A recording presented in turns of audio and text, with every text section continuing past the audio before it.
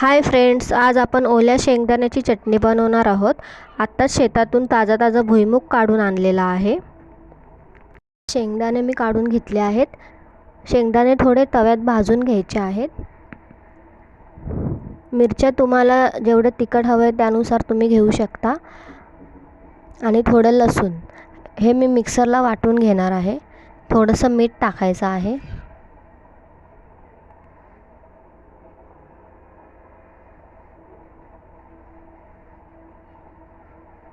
मिरची आणि लसूण मीठ टाकून थोडं मिक्सरला वाटून घेणार आहोत आपण।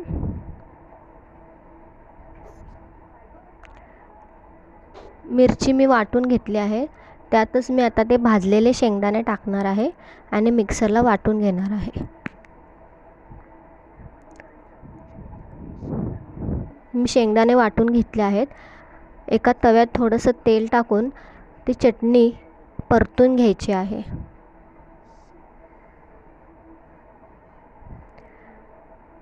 चांगली परतून घ्यायची आहे। आपली ओल्या शेंगदाण्याची चटणी तयार आहे। कशी वाटली नक्की सांगा। धन्यवाद।